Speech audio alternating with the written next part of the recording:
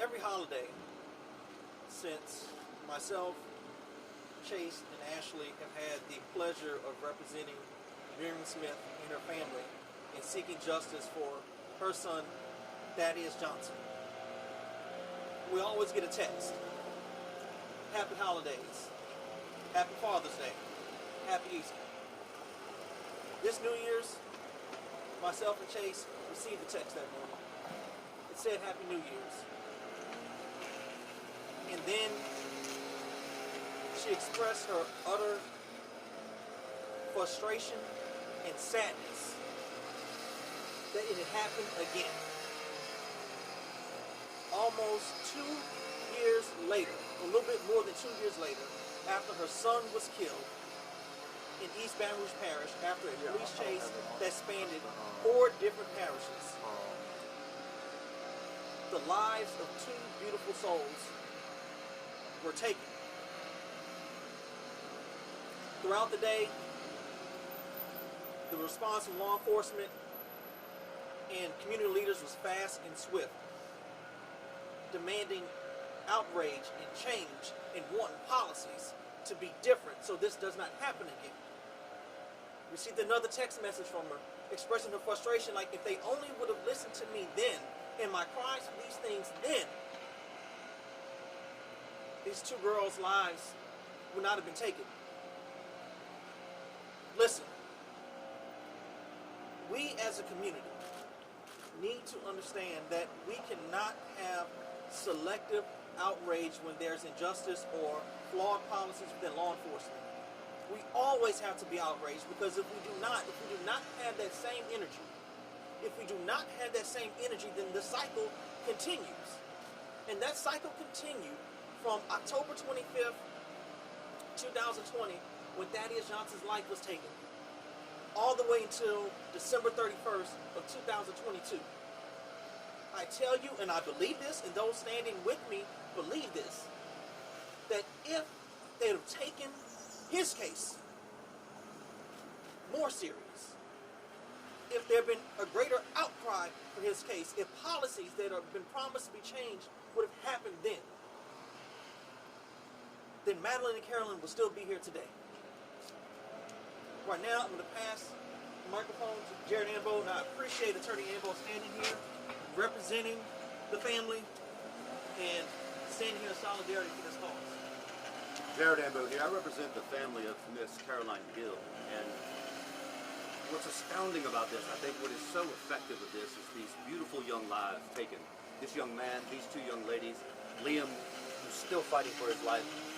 What are we doing? Like, you know, when I heard this, my first reaction was, what are we doing?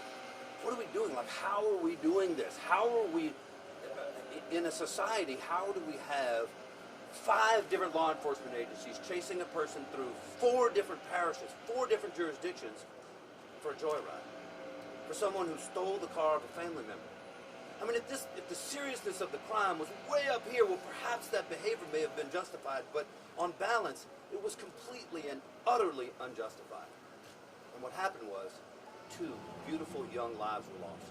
1 young man fighting for his life, and it's exactly the same kind of issue here. Innocent people suffering because we don't have the ability, the law, the protocols, the procedures to follow in these sets of circumstances. Where's the communication? Where are the procedures?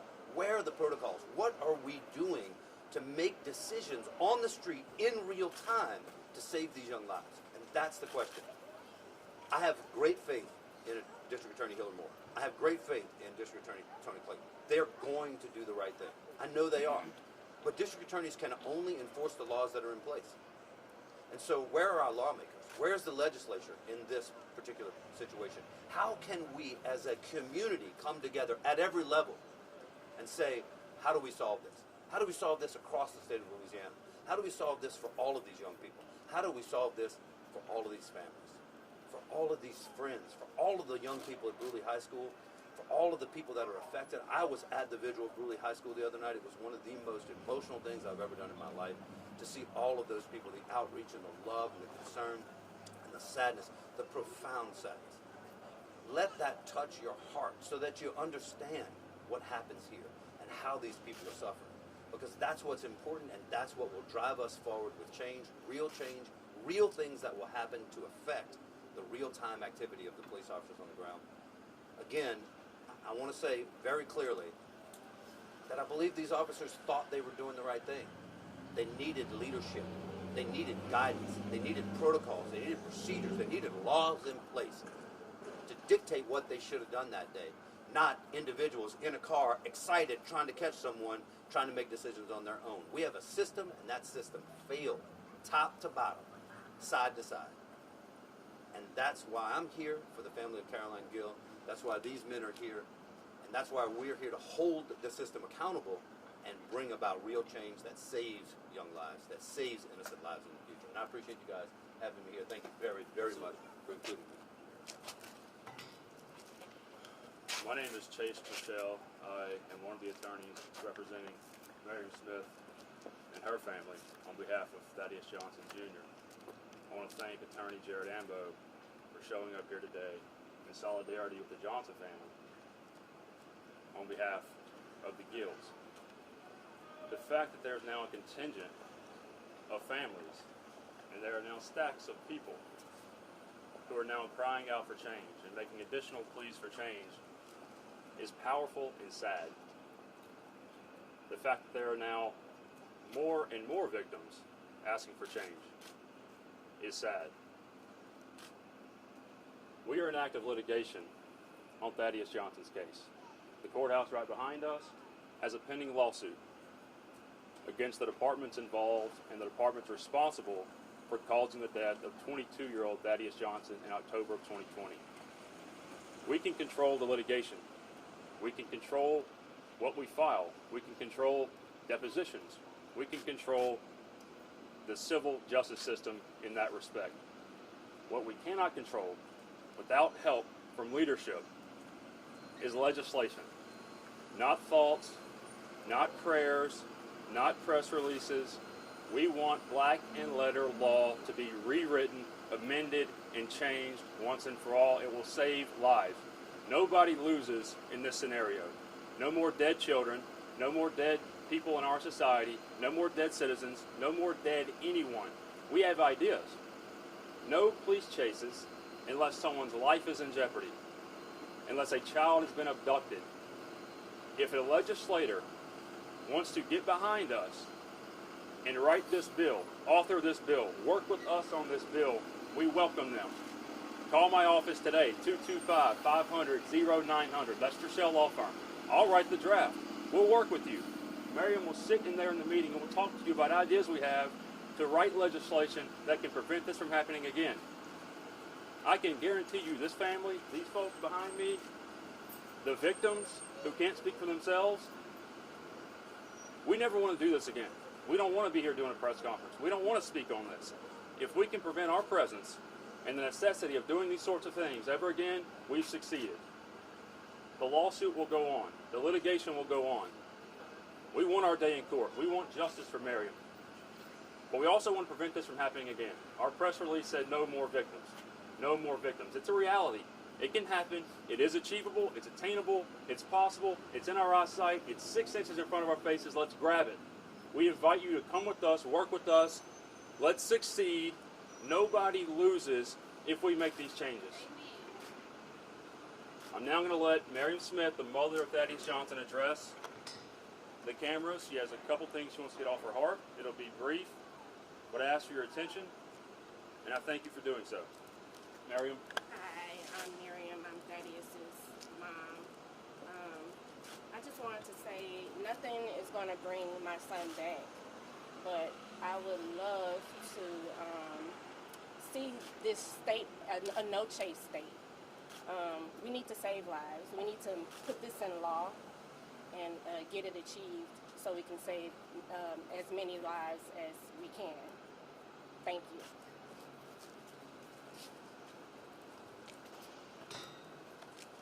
My name is Tierra Jones, and I am an attorney as well as the social justice chair for the NAACP. We have a police problem in Baton Rouge. We've always had a police problem here. This is no different. We want to stop the pursuit. Louisiana Revised Statute 3224 specifically addresses the matters of police pursuits. Under subsection B, number 1 specifically states that a police may pursue as long as it doesn't endanger a person's life or property. We have police directly ignoring that and continuing to chase people that they suspect of crimes or that have traffic violations with a total disregard for the pedestrians and the bystanders who are there. Subsection D of this same statute specifically states that those persons driving or passengers in those emergency vehicles are not exempt if they fail to adhere to traffic laws, and if they put a person's life or property in danger, they are not exempt from the punishment that comes with it. Why are we exempting these officers? The NAACP stands behind all of these attorneys behind us. We stand behind these families who have lost loved ones. There are 2 children dead because a police wanted to, like another attorney said, joyride to catch a vehicle and endanger everyone on the road, everyone walking, and in the lives of these 2 young ladies. Something has to be done. We have to stop the pursuit. End of story. Thank you. I think the bottom line comes down to this. Stolen property should never equate to human life loss. And that's what we have here. Now we'll open the floor for questions. Have y'all spoken to the family of the 2 girls who were... Sorry. The family of the 2 girls that were killed in... Sorry, multitasking. Like, how are they feeling about this legislation, or this Coffins legislation? Look, it's pretty clear that the families want change, right? I mean, we want accountability first, right? So first we want accountability for the persons that caused this accident, right? And that's not just the one man driving. That's every law enforcement officer that was involved. That's everyone top to bottom in every organization who were not giving the protocols, who were not giving the procedures, who were not calling off the chase. I mean, where was the support? Where was the communication? How was this process happening? And we want accountability top to bottom, left to right. 100% accountability. And at the same time, let's stop this from happening in the future, right? Let's bring the legislature in. Let's bring the lawmakers in. Let's bring all the parties, all the stakeholders in and say, okay, how do we stop this from happening? How do we not leave it to the decision of one law enforcement officer in his car? Or one supervisor in an office somewhere on the phone or on the radio, oh, what's going on? Okay, yeah, whatever, keep going. No, let's have some rules. We can't leave it up to human decision making in the moment. Let's have some rules on when it's allowable and when it's not allowable so that everybody's clear and this doesn't occur again. And that's what the family thinks, that's what the family believes, and that's what the family wants. Are you looking towards other states and how they've implemented more or less similar change? What we've done is as our representative from NAACP alluded to, we've looked at our own statute, and we're all in agreement that it's inadequate. We think it's left intentionally vague to allow for vast and basically limitless discretion to the officers in pursuit. I agree with Attorney Ambo that it's also unfair to the individual officer. Because if there were more guidelines, if there were strictures, and I mean finite, delineated strictures on what you can and cannot do. You can't pass a parish line. You can't go beyond a certain miles per hour. Think about what cops used to use back in the day. What do they drive? And now we're giving them Camaros and souped up vehicles that can go fast to go catch, in our case, 3 teenagers and a 4-year-old toddler accused allegedly of stealing a vehicle. And we're going 29 miles over 4 parishes and killing a 22-year-old. Way too much discretion. Way too much latitude. It's unfair to everybody.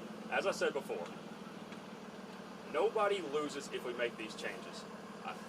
Have we looked at other states? The answer is no. We're looking at our leaders. We want our people. We want Louisiana to step up. There are great people in the legislature. There are great people on the benches. There are good people in the district attorney's office, as Attorney Ambo alluded to.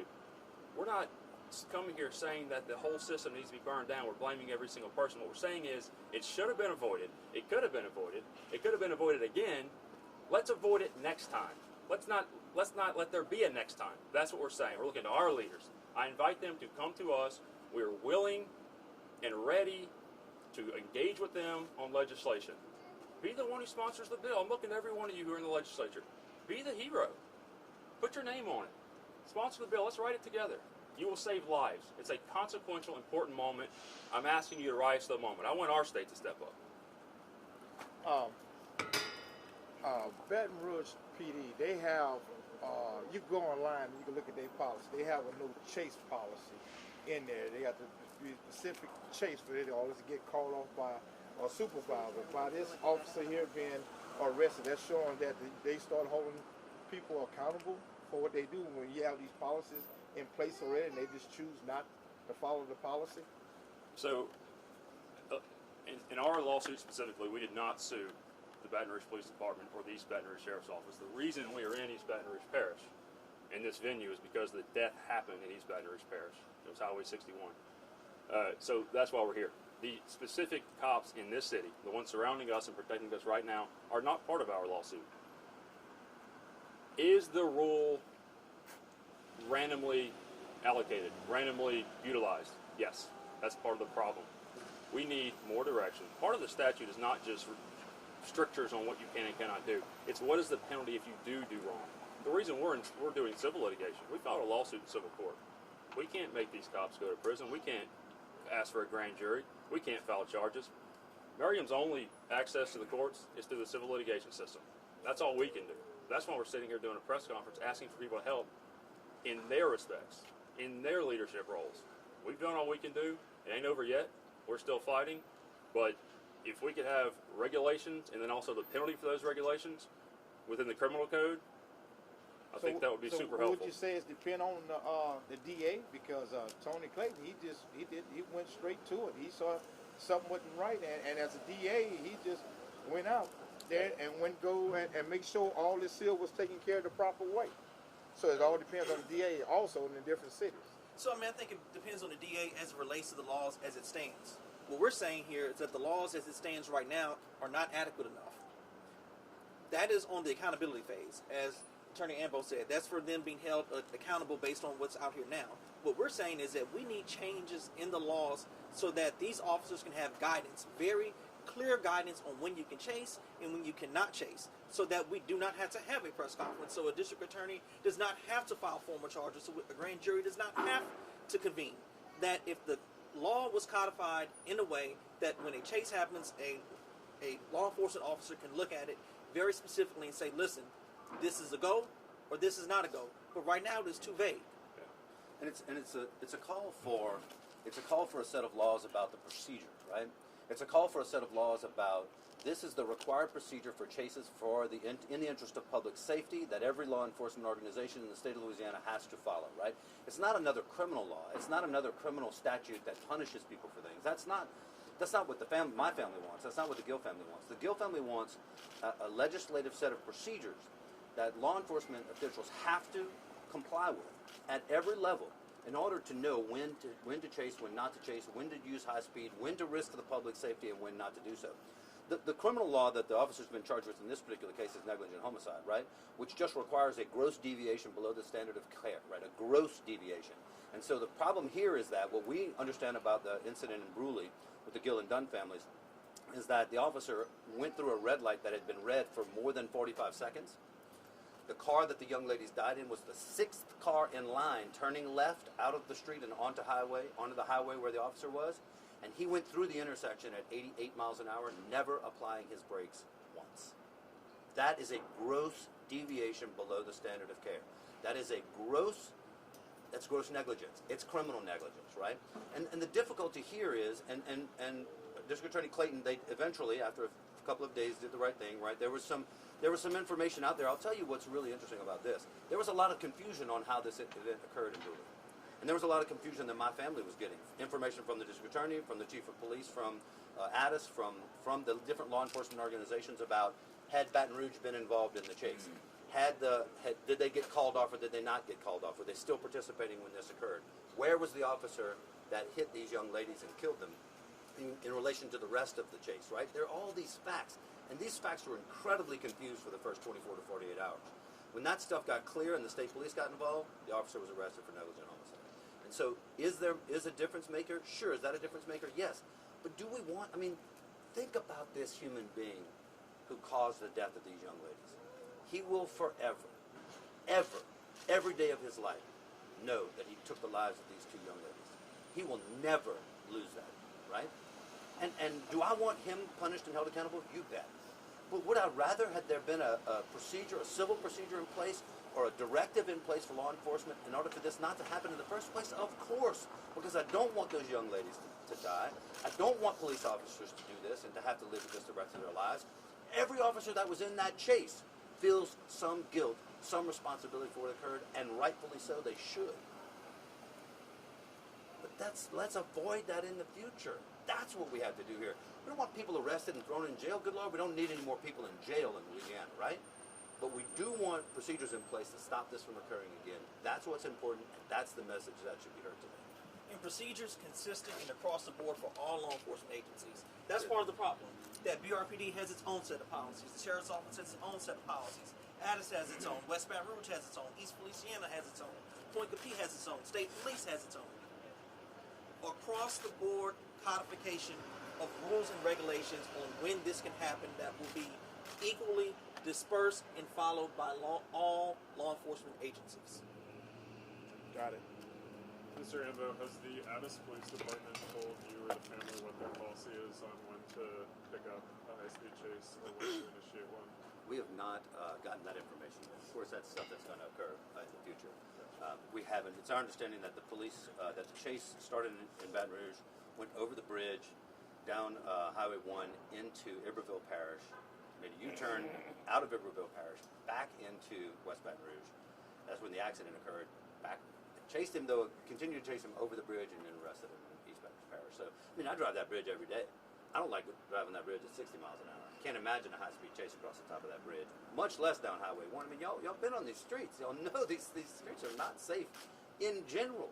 I mean, in a regular day, going 60 miles an hour feels a little too fast for that road. So, almost 90 miles an hour through a stoplight? Come on. I mean, it's just grossly unjustified. So, whatever their policy may have been, clearly was not in place that day. Do you and the family, how do you think people should think about, the distribution of blame between BRPD, who started the chase, and Addis Police, who, brought Every to that single conclusion? law enforcement organization involved in this chase bears equal responsibility for the death of those young ladies.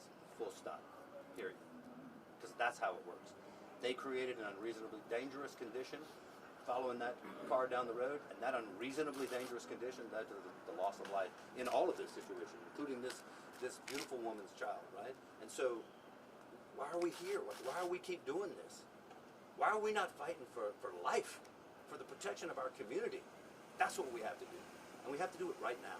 To stop talking about it. And we'll add that following the death of Thaddeus Johnson in 2020, that our cry, our directive, our request was that this legislation occurred, these protocols be changed, that we have a sweeping change in police chase laws. The defendants in our lawsuit, aside from the individual officers involved, were the New Roads Police Department and the Point Coupee Parish Sheriff's Office.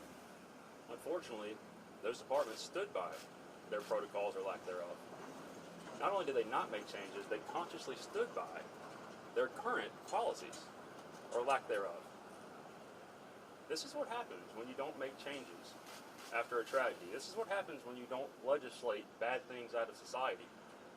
It's not fair that people are driving down the streets and have to worry about whether or not they'll be killed by a cop doing a police chase over stolen property.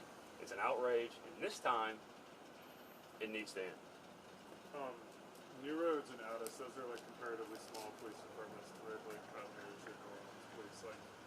I guess for y'all and the work you've done on this subject, what have you seen in terms of policy, lack of policy among smaller police departments versus bigger police departments? I know policy varies hugely across these departments in rural areas versus urban areas. What have you made of this variation in policy? What we've noticed is that more urban areas typically have better policies, perhaps due to whether it's better leadership, better funding, or they're emulating other large cities. I don't know. They do typically have better policies. In fact, I'll say in Thaddeus Johnson's case, the reason the East Baton Rouge Parish Sheriff's Office is not involved as a defendant, despite the fact that the death occurred in East Baton Rouge, is because they stopped pursuit. They did back off. They weren't near the site of the wreck at the time of Thaddeus' death. So there's an example of a larger police department having some sort of protocol, or at least some sort of good, valid judgment, and utilizing it. However, I will say with the smaller departments, they may not have the funding, and they may have less obvious and less thorough rules. But with that said, there are fewer people to promulgate those rules to. It'd be easier to enforce. It'd be easier to have oversight over it because there are fewer people who have to abide by it. So if they would just do the simple thing of implementing these rules, any rule is better than no rule, which is kind of how it is right now in those particular parishes, it would make a world of difference. So that would be the distinction I would make. You mentioned that the EBRSO stopped the chase against Thaddeus Johnson. What do you know what the sequence of events was by other agencies that keep pursuing? We do, and in fact, I brought copies of our petition for damages, which was filed in October 2021, and I'm going to hand you a copy because the petition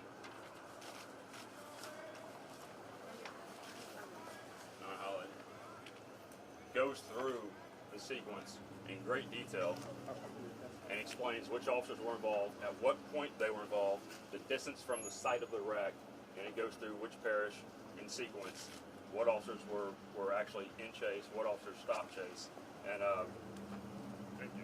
you're welcome. Do you have a second one of those? To be clear, in the Dunn and Gill cases, Sure. there were 5 law enforcement agencies actively involved in the chase of the accident. 5 of them, including East Baton Parish, still involved in the chase. BRPD was? Yes. Was EBRSO? No, not BRPD, EBR sheriff. EBRSO was, but BRPD wasn't. Not sure about the distinction. I know that, obviously there's a distinction between the two. I'm a criminal defense lawyer, but I don't know which one of the jurisdictions. But I know there was in Baton Rouge jurisdiction there. Gotcha. We just aren't clear on what it is. We think it was EBR sheriff, but not sure. Gotcha. But there were BRPD did it There were issue. 5 different. There was West Baton Rouge sheriff, Rulick PD, Iberville sheriff, Addis PD, and some agency from East Baton Rouge in the chase at the time of the accident. BRPD initiated the chase. They did, and we had some information that they had maybe been told to back off, but they had not. They were actively involved still when the accident occurred. Thank you.